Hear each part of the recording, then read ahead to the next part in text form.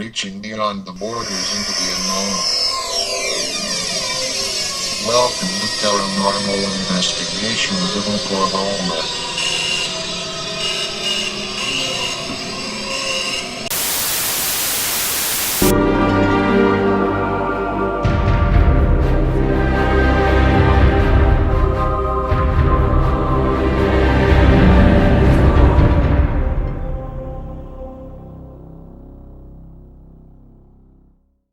Good morning, good evening, or good night. Hello, ladies and gentlemen, and you have just tuned into this midnight hour of Paranormal Investigations of Oklahoma.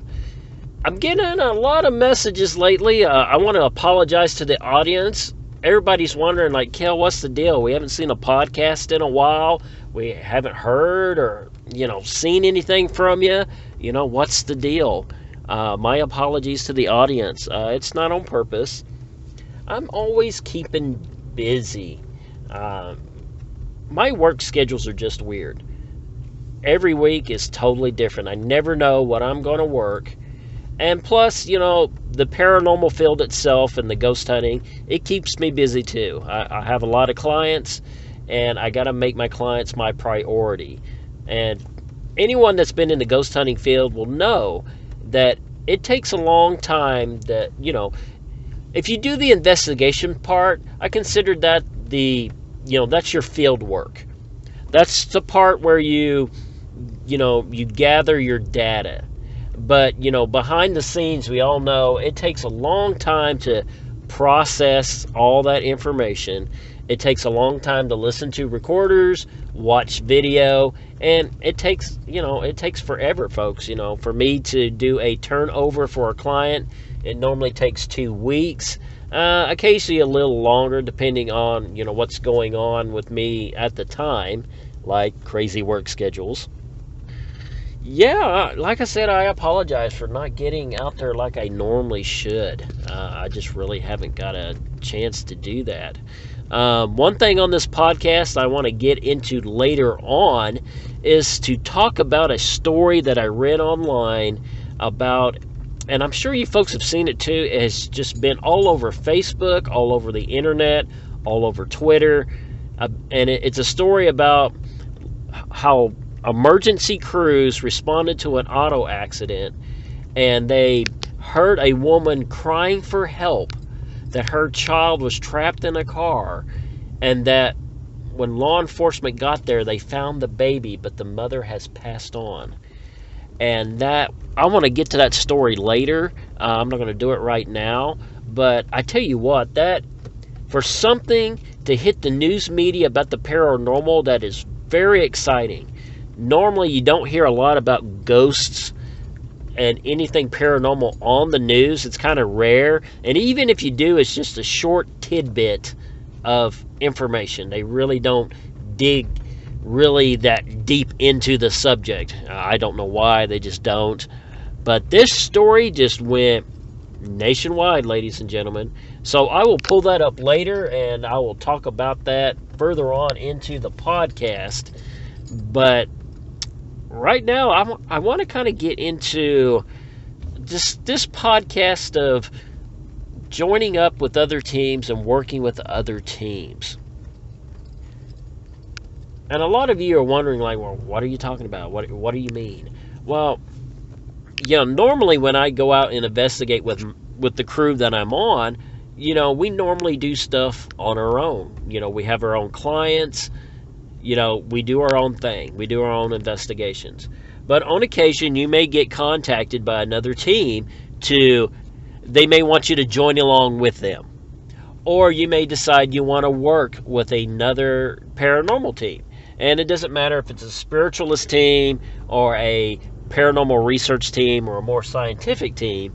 A lot of people, they'll ask me, like, well, Kel, why would you want to work with another team? Well, I find it just an honor to work with other teams. Some teams are new. They're just getting started in the field. And with me working with other teams, I'd like to share my experience and to help other teams grow. Another reason why is, besides just sharing experience is that yourself, you may discover, they may be doing something on their team that you like, or you may discover that they're doing something that you may or may not approve of, and you may not want to use it on your team. But I really do enjoy working with other teams. So I'm kind of excited for the next investigation that's coming up for myself. We're going to an abandoned location, and I decided to contact another paranormal team to join up with us. And to me, that opens up good relations with another team. For say, if you're just booked with clients, and you may have to contact another team because your schedule's just booked. I've had it before where I had a paranormal team contact me and say, "Hey, Kale, can you take this client? We are booked up through the year. Can you squeeze this in?" And if I can, I'll squeeze it in. If I can, I can't. But it's good to know that they trust me enough that they can hand over one of their clients to me, and they know I will treat that client with professionalism and give my utmost to that client. And it's kind of the same way when I reach out to other teams if I want to work with other teams, because I may have that situation where I may get booked, for say if, this month, my investigations are stacked to the brim. And for say somebody contacts me and say, "Hey, I need an emergency investigation. I need someone out here right now," or "Can you schedule me something this month?" Because some clients, they may be freaked out about the paranormal activity happening in their home, but they're just scared. And it may not even be nothing violent, but they may want someone out there right then, right there, right now, and trying to determine what it is. So I may have that situation where, oh gosh, I'm booked up. What am I going to do? Well, I may contact another paranormal team that I trust and see if they can take that case. And I contact the team owner and see if they want that responsibility and see if they want that investigation. And of course, when you're like, if you have to, let another team take a case, you share all the information that you gathered from that client and you just pass it on to them.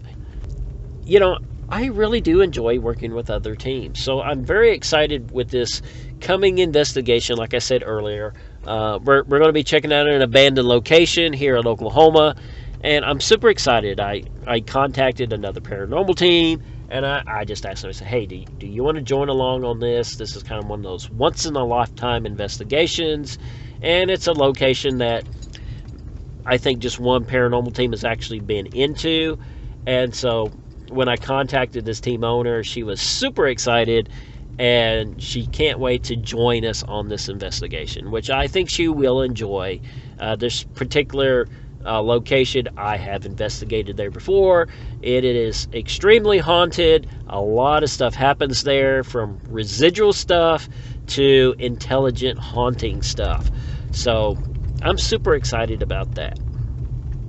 But in the past, I've worked with other teams. We invited them to like special investigations, and you may be thinking, well, special investigations, what are you talking about?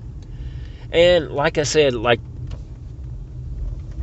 the once-in-a-lifetime investigations. For say if, I don't know, for say if you get invited or you contact someone and you get into this cool location. For say I don't know, I'll just throw something out there, like an old mental institution. For say it's an old mental institution somewhere in like Arkansas or something.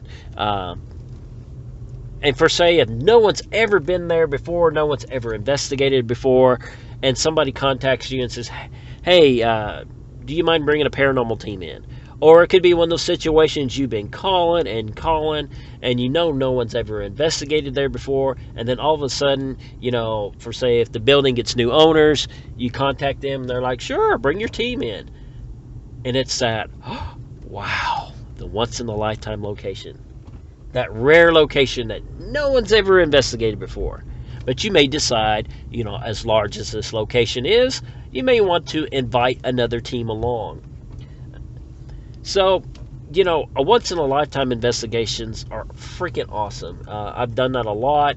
I had a similar situation like that. It was an abandoned location in Oklahoma City, and this location.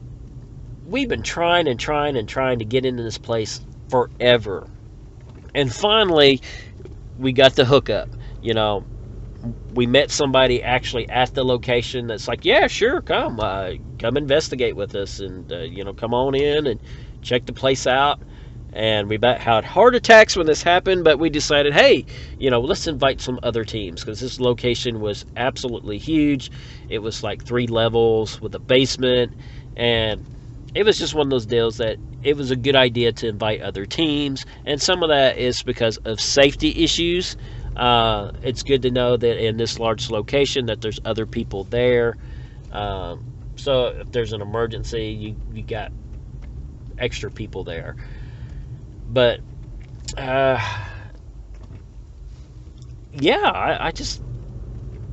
love special investigations and working with other teams. It's just great, guys. It's just absolutely great. So I'm excited about the weekend. I can't wait to join up with this other team. And this person that I contacted, I've worked with her before, and she's a pretty level-headed investigator, and I'm super excited. I'm hoping one day I can get her onto the podcast show and have her as a guest host. I haven't asked her yet. I've been thinking about it, and hopefully sometime I can get her onto the show. And I think you'll find her very interesting.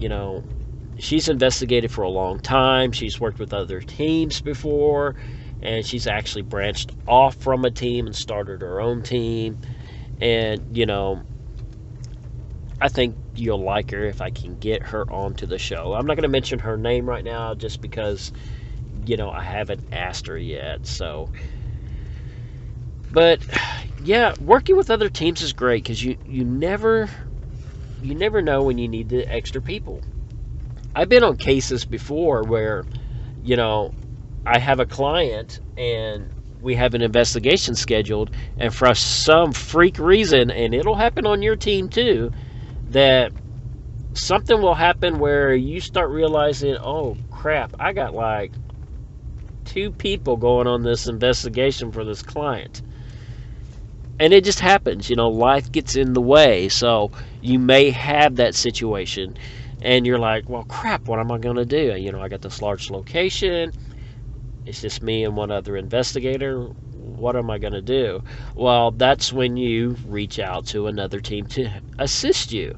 So, and I've done that before. One of my investigations just recently, it was at a local business north of Oklahoma City, around the Edmond area. And it was just one of those deals where we were shorthanded. And I decided, I need to contact another team. Made a couple phone calls, and the leader of this paranormal group, he's like, yeah, sure, I'll be happy to help you. We'll join up with you and help you with this investigation. And so kudos to him. Thank him for joining with us and helping us on that investigation. And it just made it easier. That way I could have more people. But situations like that are very, very rare. But keep in mind, if you run a paranormal team, that it could happen to you. You might have that situation where you may be shorthanded and you may have to contact another team to help you with. Now, just keep in mind, if you do work with a different paranormal team, for say if it's your first time working with a team, you may realize after working with that team, you may not want to work with them again, because they may be doing something that you may not agree with. They may be doing something, I don't know. Some teams you get, they have like wannabe psychics and wannabe mediums and stuff like that, and sometimes that can be an issue. You may have a situation where you join up with another team and they're provoking. I always set up ground rules when I have another team join up with me. So, for say, this group that's going to be joining me here in the following week, they're all going to sign waivers, and I'm going to have ground rules, and I will tell them, even though I know this team is professional, they done, I trust them, but I still let them know, no provoking. Number one, don't provoke. We're not the TV ghost hunter shows. We're not ghost adventurers. We don't go out and provoke. So we're not doing it for the entertainment value of it. We're actually trying to do real investigations. And guess what? I've had that happen before. I invited a team to come along before, and the freaking guy that we invited along was provoking. We decided we're not going to work with this guy anymore, because bad things can happen if you provoke. Because the way I look at it is ghosts are just people like you and me. And if you provoke, all you're trying to do is make them mad so you can get a response of some sort. But the deal is, you're going to get a negative response. I mean, it's the same way if the person is alive. I can walk up to you, and I may be just a complete stranger, and if I get in your face and start talking crap and start pushing your buttons, what's going to happen? You're going to push back. It's just the common thing. It's human nature. Well, it's the same way when it comes with ghosts and spirits, is if you push too much, something's going to push back. Provoking is horrible, folks. I don't know why people do it, why they get such a kick out of it. And I understand, you may be on a case where you're investigating, and it may be dead, but, provoking it's really, really stupid. And some people ask, well, Kale, have you ever provoked before? I'm not going to lie to you. I've done it before. But I want you to listen. Now listen closely to this, because you're thinking, well, you're being a kind of a hypocrite, aren't you, Kel? Well, here's the deal. Now, when I'm on a case, I don't provoke. For say I'm at an abandoned location. Now, for say at this abandoned location, we've been there for several hours, and we're not getting jack squat. For say if, you know what I'm talking about, you're investigating and you're not getting any hits on the EMF meters. You're checking your recorders, you don't have any EVPs. You're not getting any responses from the spirit box. You're not getting any responses from the ovulus. And you're thinking to yourself, what's the deal? Well, there's a possibility the place is not even haunted. But if you're not getting doodly squat, I love that word, doodly squat. I love that. I'm sorry, get back to it again. But yeah, you're not getting jack. You're not getting nothing. So, you may test out the provoking part. Now, here's the deal. I do not provoke at a client location, at a business or a home. That is stupid, because even if you're at a client's home and you're not getting anything, you got to remember, you don't live at the client's house. The client lives there, or they work at that business. So if you provoke and you tick something off and it retaliates, well, guess what? You might get injured, you might injure your client, and of course, you get to go home and pray that nothing follows you home. Because some people believe while ghost hunting, ghosts can be attached to you. If you're a spiritualist, you know what I'm talking about. Something can come home with you. Now, for me, I'm more of a paranormal researcher. I don't believe that ghosts can attach themselves and come home with you. I've just never had that happen. Now, if I ever have that happen, I may be changing my tune, but I never, ever have that happen to me. If I feel like something's trying to come home with me, I pretty much tell it you need to stay. But anyway, getting back to it, if you're provoking at a client's home, the ghost may retaliate against the client, against the family, or the employees at the business. But, if I ever provoke, it's at an abandoned location and there's nothing going on. There is nothing going on. It's completely dead. So if you're at an abandoned location and if you do stir something up, it's going to stay at the abandoned location. But I'm not much into provoking. It's just not my thing, because I'm just a nice guy as it is. With my job for doing like security enforcement, I've been trained to use of force. So I use that in my daily life as well, and I kind of use it during my ghost hunting. I don't provoke. It's just, I just don't want to tick anyone off. I don't want to tick the spirits off. I don't want to make any ghosts mad. Yes, I've done it before. I think everyone has done it before. But it's just a bad deal. Just don't do it, guys. All right? But yeah, I'm super excited about the weekend. I am super excited. I can't wait to get to this abandoned location. Like I said, I've been there before. I've gotten a lot of activity there before. So I'm super excited. Super excited. Hey, I'm glad that you guys have tuned in.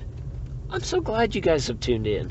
I've missed doing my podcast. Gosh, I've been so freaking busy. I just haven't got a chance to do it. But it's nice that right now you've tuned in with me. You never know. I want you to keep your ears open. You're going to hear some background noise because I'm actually podcasting off my cell phone.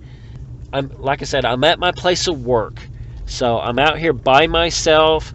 And the place I work at, we do get activity from here. I don't broadcast it that much that my workplace is haunted.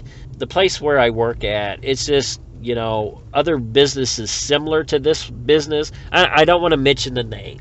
Okay, I don't want to get myself in trouble. But a lot of facilities like this that I work at, they're normally got some form of activity. And it seems kind of weird because, to my knowledge, no one's ever died here before. So, but we get activity. Now, I don't know if it's because of EMF or what it is. I had a situation here where I'm doing a overnight patrol. I passed by one of these rooms and I can hear stuff moving around. It was one of those full moon nights. The energy was really high. And I want to say it was back like October or November, right when, the veil was really, really thin. I tell you what, I could hear furniture moving around. And when I went and checked the room, everything was normal. Nothing was moved around. And I could feel, I could tell if there's spirits or ghosts in the area. Now, I never claimed that I'm a psychic or a medium. I just call it a rare gift. I could tell if there's spirits in the area, and I get lucky sometimes if I can nail it on the head if it's a man or a woman. I kind of use these, let's just call them abilities, as I just call it a gift. I just get lucky sometimes. I use it in my work. I have a dangerous job sometimes. I have to deal with the public, and sometimes I deal with aggressive people. I can tell if someone is going to swing at me or try to do me bodily harm. And I've had it before where people, I know that they're going to hit me. I just know it. They can swing at me, and I can protect myself really quickly. And a lot of it is just that ability to know, like I said, I'm not a psychic and I'm not a medium. I just have this rare gift that something's going to happen. But I'm more in tune with it, into the spiritual realm of it. But anyway, back to the story, I could tell there was something in the room. I could sense like there was a man in the room, a spirit of a man. I like, when I'm working out here overnight, there's no one else here. So it's just easy for me to speak with the spirits. I talk out loud to the spirits, because if you do it during the day when there's people here, they're going to look at you like you're freaking crazy. Man, this guy's talking to himself. But at night, there's no one else here. So I I just open up to the ghosts and the spirits here, and I just talk to them. I said something to him. I was like, I know that you're in here, and I think you're messing with me, which is fine, because to me, I enjoy that if they mess with me. Of course, I'm fiddling around with my cell phone to try to see if I can get it recorded. Naturally, if you're trying to record a ghost doing something, they're not going to do it, and that's how it worked that night. But the moment I turned that freaking recorder off, then the ghost was active again. But it was so funny because I left the room after speaking with the ghost, and the moment I walked away, you could hear stuff moving around again. And I stopped, go back to the door again, open the door, and nothing's moved. And you can literally hear the tables and the chairs moving around. And this happened like 4 or 5 times during the night. And literally, it's like right when I walked past the area, you can hear the stuff moving. Now, I'm a hardcore debunker. And I'm like looking around the room and checking the building out because I'm working overnight at a location and I'm used to working during the day. So trying to get used to the building noises, because I'm thinking maybe it's an AC unit kicking on or a heater kicking on or something else that's kicking on that could be making these noises. And I couldn't debunk it. Now I can tell, because there's like skylights and stuff in this building, that if the building's settling, make a popping noise. I'm pretty well used to like ice machines crashing or stuff like that. This particular noises I heard, I couldn't debunk it. I couldn't debunk it at all. All I could hear was, hear the tables moving. I could hear and these are heavy chairs. Big, thick, wooden, heavy chairs, and they're just scraping along this concrete floor. But I'd go into the room, and everything's absolutely normal. And I get to thinking to myself, okay, could this be residual? And that was my first thought. It's just a residual noise, and it was probably because employees move that stuff around during the day, and it's just a sound that's just trapped. The conditions were just right where these residual noises came back out. I'm thinking it's intelligent just by the idea of I check the room, nothing's happening. I leave the area, I hear it again, go back, nothing's happening. And like I said, it happened 4 or 5 times. I try to do EVPs. I don't bring my gear with me. I probably should, but I don't get paid to ghost hunt at work. I get paid to be the law enforcement here. So, I pulled my phone out and tried to do a short EVP session, and nothing's ever responded. This location that I'm at right now, I get a lot of crazy stuff that happens here. This place has automatic doors, and I've had it where the automatic doors will just open and close on their own.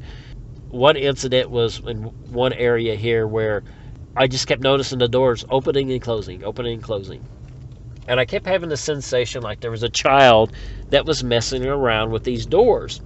In this same area of the building, it's been reported that people have seen a child, and he wears overalls, and he's got like this chili bowl style haircut, and people describe him a little bit differently. They either say that he's Native American, or some people think he's Caucasian. But either way, he's always wearing overalls, and he's got this chili bowl style haircut. Well, I'm kind of sensing, that it's probably him messing with the doors. So I told him, hey, do you mind, will you stop? Because I don't want you to mess up the doors. And all of a sudden, the doors closed, and it never went off the rest of the night. They're like little kiddie rides here.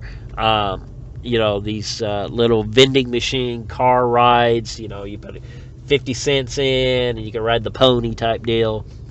And just imagine being out here at 2 o'clock in the morning, and the freaking kiddie rides are going off by themselves. It's just absolutely amazing. There's like little photo booths here. I can walk past there and hear static coming off the TV. It sounds like someone's trying to talk through the static. And none of this stuff scares me. You think it would scare me. Like, wow, you're out there, completely by yourself. Doesn't that stuff scare you? Well, no, I'm just used to it. There's nothing hostile here that I know of.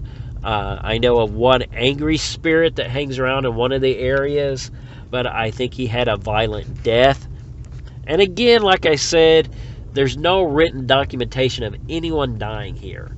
Of course, I don't know anything about the land. It's no telling who lived on this land way back when. Because this building, I think, has been around since the 1970s. So you can kind of picture, there's probably hasn't been a lot that's been happening here.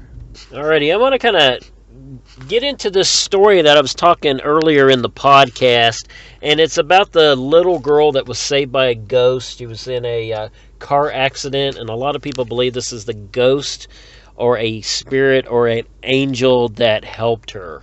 This has hit the news. Like I said, it was all over the internet, all over Facebook, all over Twitter. The story was recently on CNN. The little girl was found alive in a vehicle, and this was after a bad auto accident.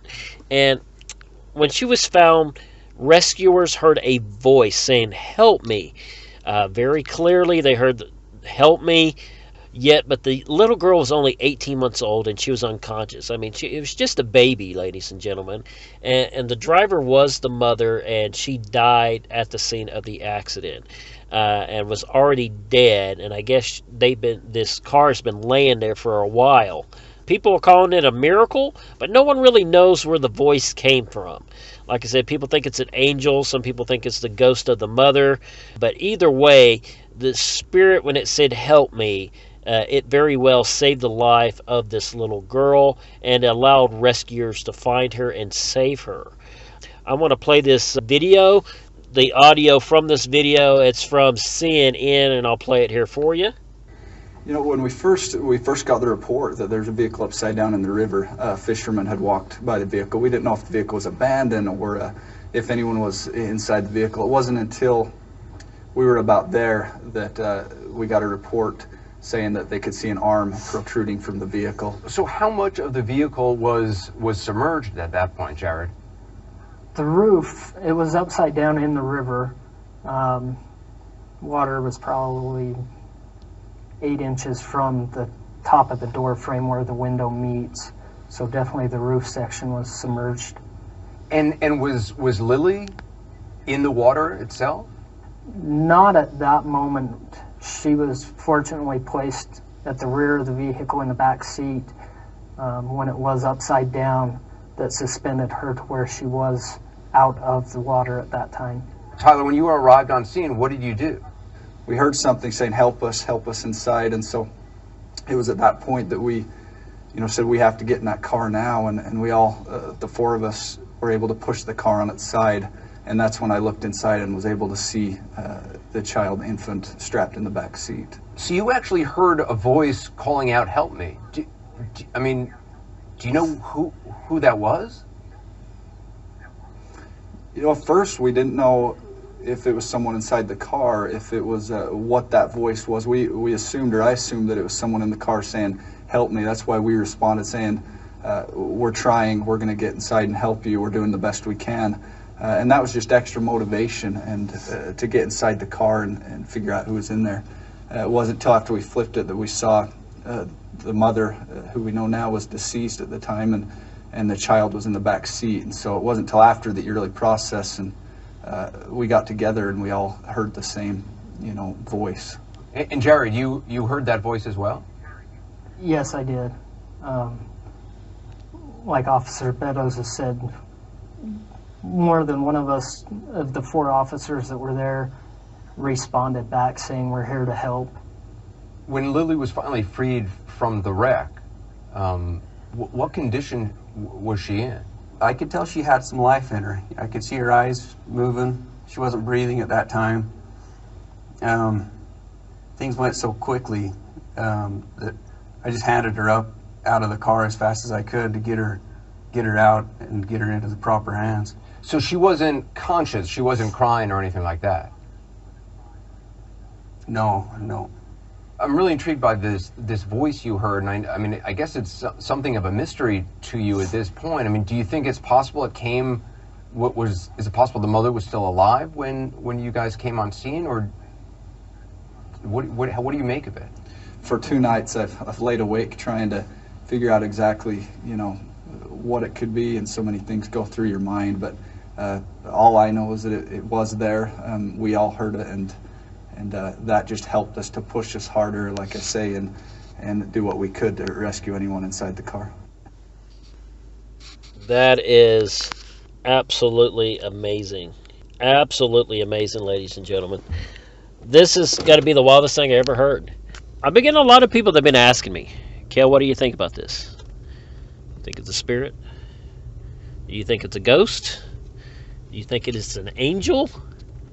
I wasn't there. I really couldn't tell you. I have a theory, though, it was probably the mother. Now, you just heard the interview process with the emergency workers. Like I said, the audio was from CNN. You heard it. Now, for me, I've been doing security work. I have been at locations where it's been haunted before. I believe with this situation right here, I do believe it was probably the spirit of the mother crying for help to save her child. There's been reports like this before. And this reminds me of the Cryberry Bridge type scenario, where, you go across a bridge and you hear a mother crying for help because she wrecked her car that had her child in it. This reminds me of that scenario. I think it's an absolute miracle. I really do. I think it does support a lot of paranormal claims that ghosts and spirits do exist. Now, I know a lot of people are probably thinking, it's a bunch of malarkey, but here you have firefighters, police officers, EMTs that all heard the voice, this ghostly spiritual voice of help me. They said it sounded like the voice was coming out of the car. That's wild, ladies and gentlemen. It hit CNN. That's national news. And to hear something about the paranormal in the national news, that's amazing. Absolutely amazing. I'm starting to notice more paranormal stuff that's been popping up on news feeds. Recently, there was a story online where a couple girls were taking a selfie, and there was supposed to be a ghost in the background. Of course, naturally, when I'm looking at this photograph as a debunker, I truly think that it's just someone they know that's sitting in the background. Because when you look at the selfie photo, in the background, it looks like a lady sitting in a dress. And you can't see her head just because the clothing of one of the girls is blocking it out. Now, they're claiming that no one was sitting there at the time when they took the selfie. The problem I have with photos like that, when they post stuff like that, is that you don't know the environment. So it could be a possibility that when they took the photograph, there could be like a picture frame of a family member wearing that same dress, or it could have been just someone sitting on their couch. But from looking at the photograph, to me it looks like a real person. It doesn't look like a ghost. It's hard to say. These girls are claiming that it's a real ghost. I don't know if it is or if it isn't, but the debunker in me is saying no, it's probably not. There was another one where a couple of girls were at a historical castle, and they took a photograph, and they thought they got the ghostly woman in the photograph. And it was an odd photograph because the picture looked like the ghost was stretched out, and the more I got to looking at the photo, and they're trying to claim there was no one in the photograph, and everyone always claims that there was no one else in the photograph when they took the picture. And looking at the photograph, it does look like a woman in a dress, but it looks like the so-called ghost, it looks like the body was like stretched. in the photograph, like it was photoshopped or something. Well, apparently, several, I don't know who it is, I don't have the article in front of me, but the photograph ended up being debunked because apparently the photograph was taken with a cell phone, and with the type of cell phone she was using, there was a very slow shutter speed, and they were able to debunk the photograph as a common occurrence with this type of cell phone being used. So what it was someone stepped out of the picture frame, but when the photo took, it didn't completely get the full image of the person. So when it saved the image on the phone, it stretched out the image of the person walking out of the frame. So it was just a photo glitch. So I'm glad that was able to get debunked. Most of your ghostly pictures, most of that stuff is common occurrence, unnatural occurrence. I tell you what, so far this auto accident, I tell you what, right now it can't be debunked. Law enforcement, EMTs, firefighters, all had the same account that they all heard this woman's voice saying, "Help me." That's wild. That just blows my mind. Well, folks, I think this is going to be a short podcast. I really didn't have a lot to talk over. I just wanted to just kind of get back in touch with you guys. I know it's been a while since I put out a podcast, and again, my apologies for being really busy. I tried to get more stuff out there to you. One thing I really want to do is do a video like the one similar that I'd done about the graveyards, but kind of do it on abandoned locations. That's something I got in the back of my mind. I want to do like a video podcast type thing. So kind of future reference, something I got planned up to do. And everyone likes seeing abandoned locations. Everybody thinks that's interesting. I think it's interesting. So, but anyway, I'm going to tune off. Hope everyone has a good night, and I'll see you next time.